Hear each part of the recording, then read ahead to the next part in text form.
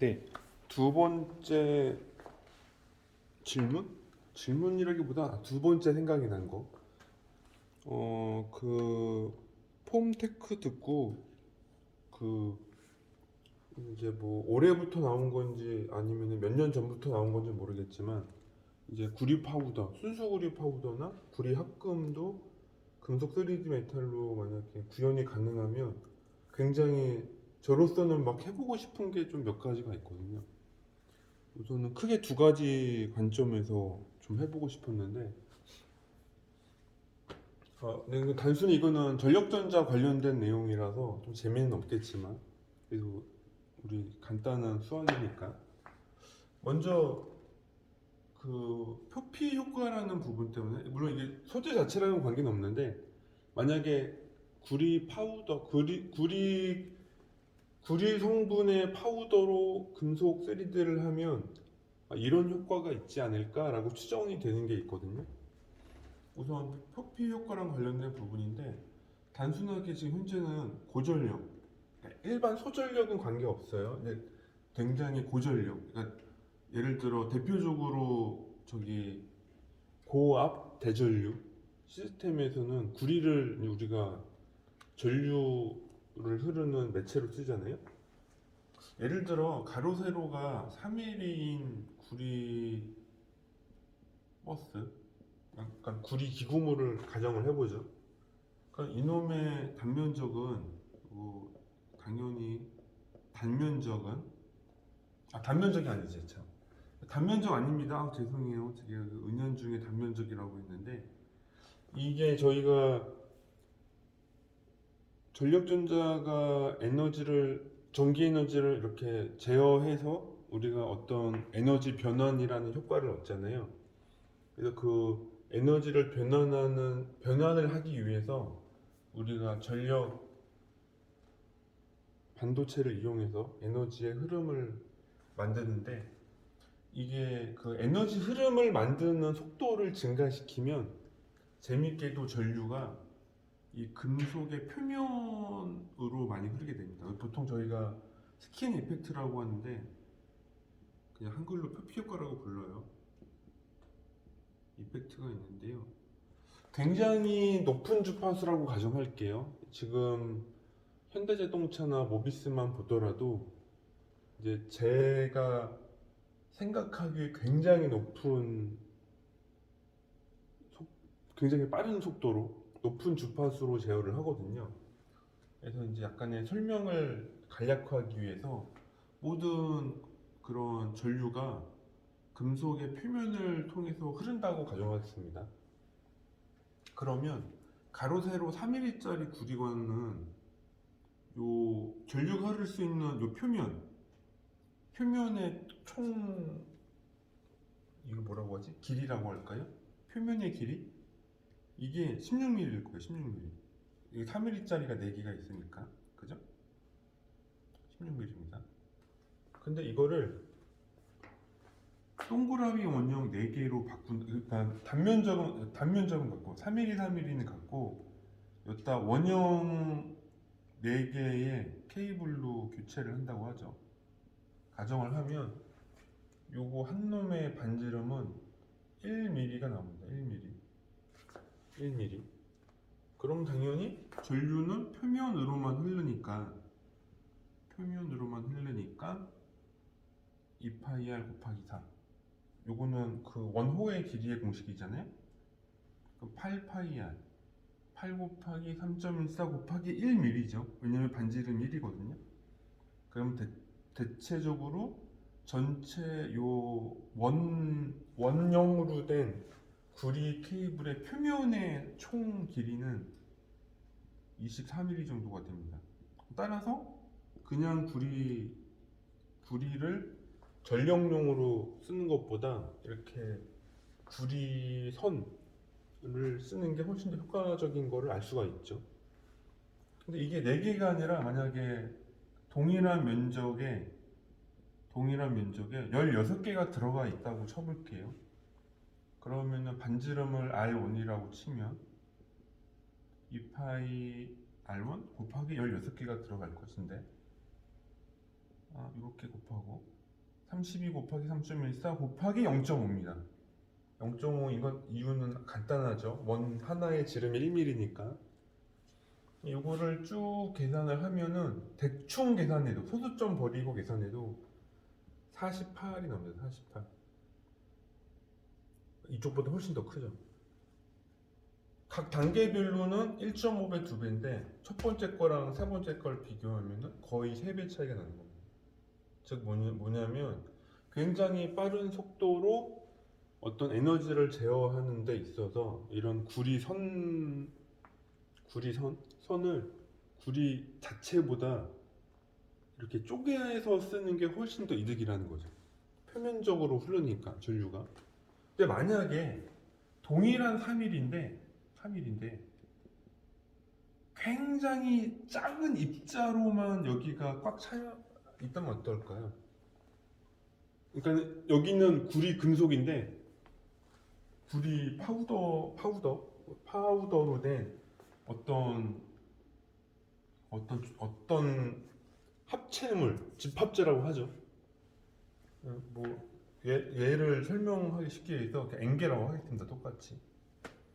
그러면 요거 하나하나마다 원형의 볼이 있다고 치면은 이상적인 경우를 따지는 거예요.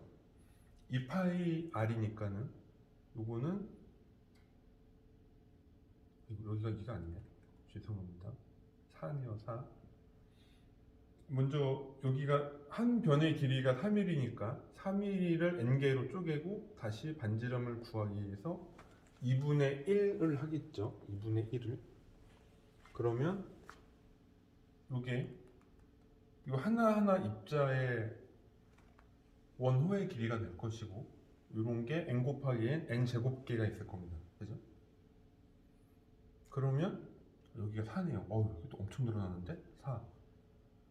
그러면 적당히 나누고 곱하구를 해주면 4파이 n이 되고요. 여기가 그러면 3.14 곱하기 하니까 소수점 자리는 버릴게요. 계산하기도 귀찮네요. 그거는 또 계산해야 되나? 3.14 곱하기 4 16, 4, 12 대충 12.56n 정도 나오거든요. 그럼 그냥 퉁 쳐서 반 내림 한다고 칠게요. 12n이 되는데 이 n이 예를 들어 그 입자 하나의 크기가 2mm라면 2mm라면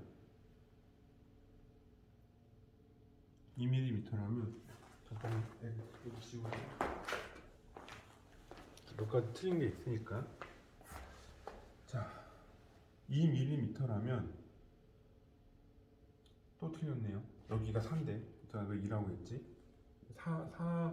요 한 변의 길이가 3mm라고 했으니까 그러니까 4mm인데 요 하나의 입자의 크기가 2mm 그러니까 0.002라고 할게요. 요 하나의 요 직경을 0.002라고 하면은 4 나누기 0.004라고 할게요. 죄송해요. 계산의 용이성을 위해서 계산 편하게 하려고 004다. 그러면 이게 한 변에 1000개가 들어가는 거잖아요. 그렇죠? 3mm에 0.004짜리 입자가 가득 차 있다고 치면 그러면 벌써 이것만 곱해도 12.56 곱하기 1000이 되는 거니까 12,560개가 들어가는 60mm가 되는 거죠. 표면적. 그러니까는 각각 입자에 의해서 생성된 이 표면적의 전체 길이가 12,560. 즉 틀렸네. 여기다. 네, 이제 공부해도요. 다 이게 계산이 틀리는 겁니다. 산수가 틀리네요. 그래서 얘가 몇 배냐? 얘가 261배. 그리고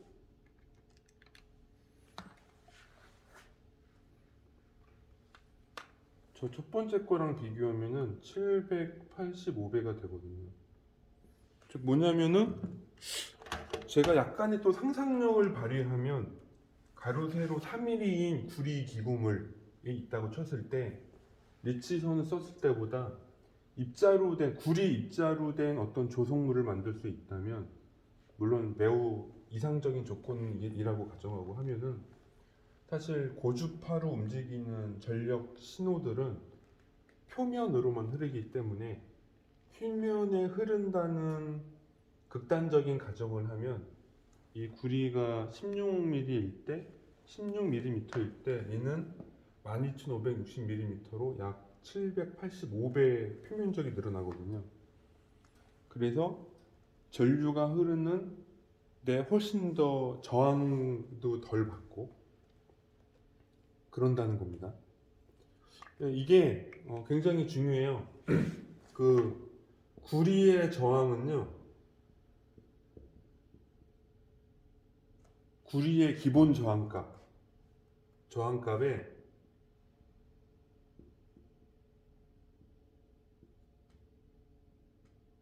어떤 상수가 곱해지는 구조거든요. 그 저항 계수를 보면 기본 저항값은 뭐냐면 아주 간단합니다. 그 구리의 그 우리 레지스티브 그 구리 저항률에다가 케이블의 길이랑 온도가 합쳐진 함수로 되어 있어요. 그러니까 요거는 F가 길이, 저항률, 온도, 요 세 가지의 팩터로 되어 있거든요. 근데 밑에 뒤에 뭐가 더 붙습니다. 일단 이렇게 되거든요. 요거 지금 얘기 안 할게요. 왜냐면은 요 첫 번째 거랑 연동해서 설명하면 너무 얘기가 길어져서. 그래서 뭐냐, 여튼간에 구리 3D 메탈 프린트가 된다라는 그 내용 때문에 든 제가 첫 번째 생각이, 구리 패턴을 만약에 3D 메탈 프린터로 조성을 한다면, 물론 그 완전히 무슨 아이디어하게 이렇게 딱딱딱 입자가 서로 공간이 빼곡하게 들어가 있진 않겠지만 굉장히 작은 파우더로 그거를 조성해서 하나의 구리 패턴을 만들 수만 있다면 고주파 에너지를 제어하는 경우에 있어서는 표피 효과의 이점을 최대한 살릴 수 있지 않을까라고 하는 합리적인 의심을 해볼 수가 있죠. 저는 우선은 그렇습니다. 지금 전력전자, 뭐 여기 용인전자 이렇게 쓰는 경우는 이 구리 케이블의 요 한계가 여기까지 있거든요. 아무리 작아도 0.05, 0.03. 그러니까 그 기구적 그 구리 라인을 뿜어대는 물리적 한계가 있는 거잖아요. 근데 파우더를 쓰면은 이것처럼 없던, 우리가 이제 이 파우더를 쓰면 이 파우더의 크기에 의해서 표면적이 엄청 늘어날 거니까 이게 확실히 요 제가 방금 말한 구리저항의 기본 옵션에 의한 저항값이 아닌 여기 RAC 고주파에 의한 표피 효과의 이득을, 이걸 바꿔야겠다. 이거를 이렇게 해야겠네요. 뭐 RAC분의 DC 약간 이런 식으로. 아니 아까 그 맞네. 맞네.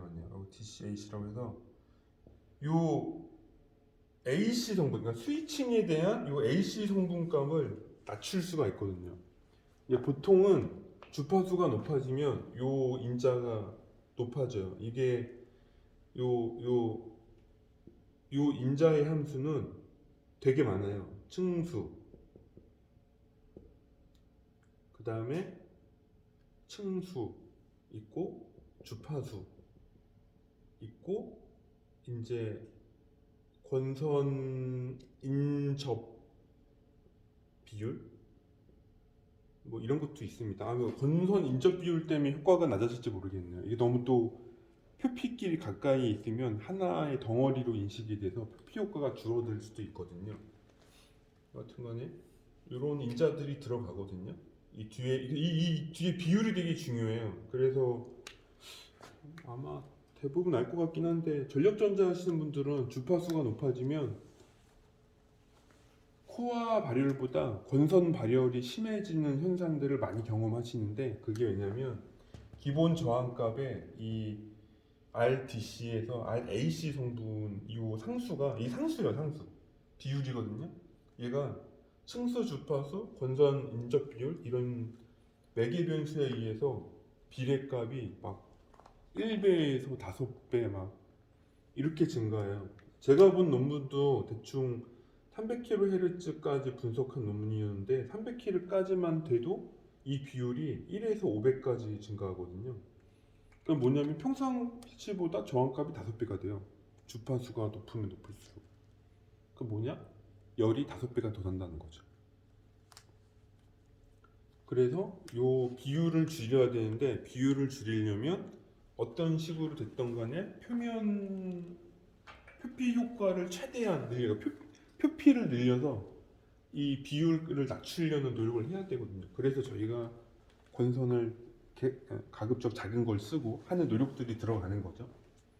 그래서 여튼 이런 부분에 대한 합리적인 의심을 할 수밖에 없죠. 특히나 오늘 참관에 있었던 것처럼 순수 구리도 되고 구리 합금도 된다고 하니까요. 그래서 저는 사실 구리는 예전에 안 된다고 들었는데 이제 구리가 된다고 하니 사실은 좀 생각을 해볼 수도 있는 거잖아요.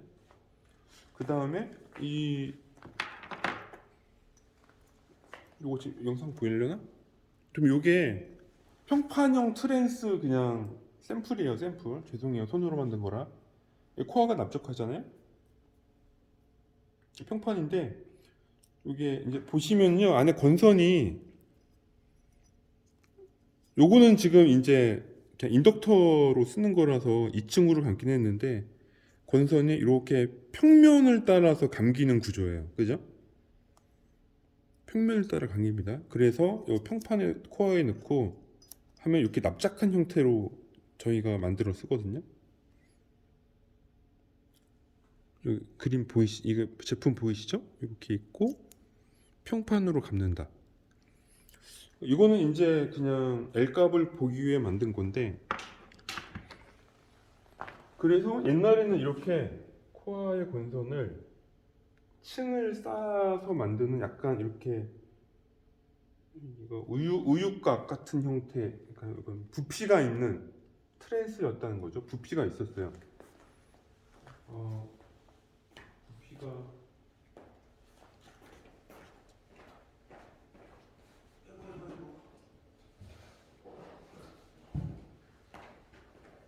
또 급하게 하나 샘플을 가져오면 이런 식으로, 옛날에는 코어가 이 블럭 형태로 되어 있다 보니까 이렇게 위아래 높이가 좀 있습니다. 이게 두 개를 보면 지금 확연히 차이가 나죠.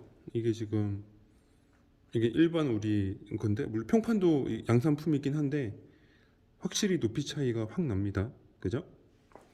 물론 높이가 낮아지는 만큼 면적은 넓어져요. 근데 그거에 대한 몇 가지 장점들이 있어요. 우선은 뭐냐면 방열하기가 좋아요. 평판이. 얘네들은 방열을 하려면 이 각 높이가 높다 보니까 이 전체를 방열하려면은 사실은 굉장히 기구물의 크기도 높아져야 되고, 뭔가 이렇게 방열 실리콘 처리를 하려고 해도 실리콘을 많이 부어야 되거든요. 근데 평판은 기본적으로 높이가 낮고 이 너비가 넓다 보니까는 그냥 높이는 포기해도 요 아래쪽 면적, 이 평판 쪽만 냉각해도 냉각이 잘 되거든요. 더 낮으면 낮을수록 더 효과가 좋습니다. 방열면에도 굉장히 유리해요. 그 다음에 자기 경로에서 더 효과적인데, 이게 보통은 뭐 이제 갭이 있거나 없거나 차이는 없는데요. 뭐 갭이 없으면 더 낫긴 한데, 똑같은 갭이더라도요, 이 공극에서 이 플랜지 현상이 생기는데요. 평판이요, 이게 시뮬레이션을 하면 이 공극에서 생기는 이 플랜지가요, 옆으로 잘 못 빠져나가요. 이 플랜지가, 그러니까 자기가 더 코어에 더 잘 붙들려요. 이 시뮬레이션 자료를 보면.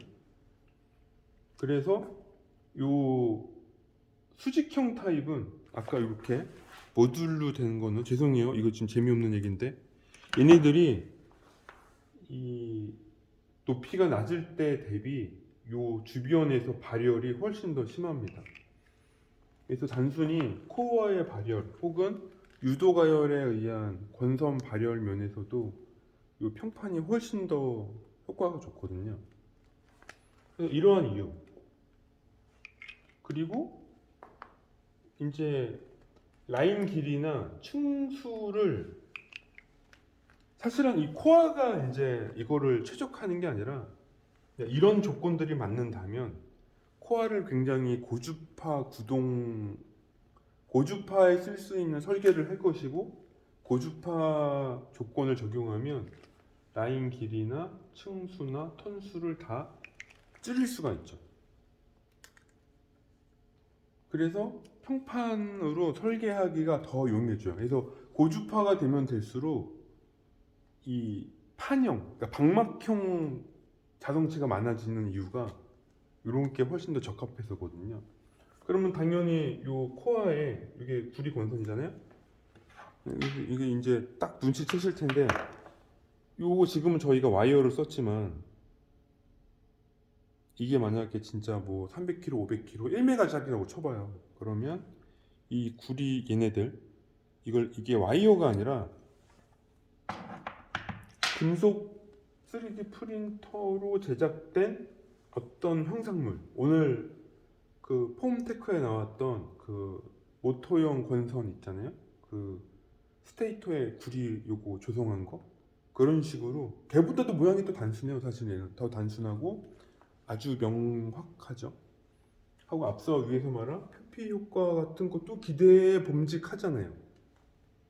그래서 국내에 지금 순수 구리 3D 프린터 장비가 있는 데가 있는지 모르겠는데 있다면 표준 시료를 좀 만들어서 그 저항값 같은 거나 좀 주파수 인덕턴스나 그 RAC 값도 정말 찍어보고 싶거든요. 그래서 되면은 이거가 권선이 아니라 여기를 구리 프린트물로 만들어서 하는 거죠. 그래서 사실 제가 여기 회사에서 저희 부장님들, 이사님들께 꿈이 변압기를 사람이 안 만들게 하는 게 제 꿈이라고 했어요.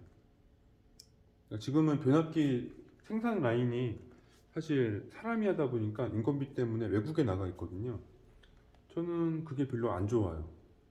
물론 안 좋습니다. 뭐 개인 의견이니까. 여튼간에 저는 그런 전력전자 이런 자성체나 커패시터 같은 부품들이 충분히 우리가 몇 가지를 손해를 보거나 연구를 하면 자동화를 100% 할 수 있다고 믿는 사람이거든요. 그래서 이제 이런 부분이 되면은 전체적으로 변압기나 인덕터를 평판형으로 만들고 거기에 전류가 흐르는 구리 패턴을 이런 금속 프린터로 평판 형태로 만들 수 있을 만한 시기가 온 것 같아요. 오늘 순수 구리와 구리 합금도 이제는 3D 프린터가 된다는 얘기를 듣고, 그래서 물론 장비 가격이 엄청 비싸서 뭐 우리 회사가 사지 못하겠지만 뭐 그런 데가 있다면 그런 거 한번 시료를 좀 찍어보고 싶다. 그게 오늘 제가 그 폼테크 참관에 거기 참가해서 좀 그런 욕구가 생기더라고요. 아, 저거 좀 해보고 싶다. 아까 첫 번째 Q1, Q2입니다. 순수 구리물에 대한 표피 효과가 있지 않을까라는 점.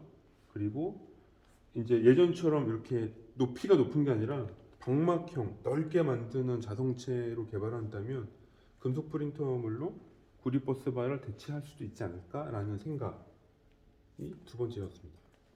감사합니다.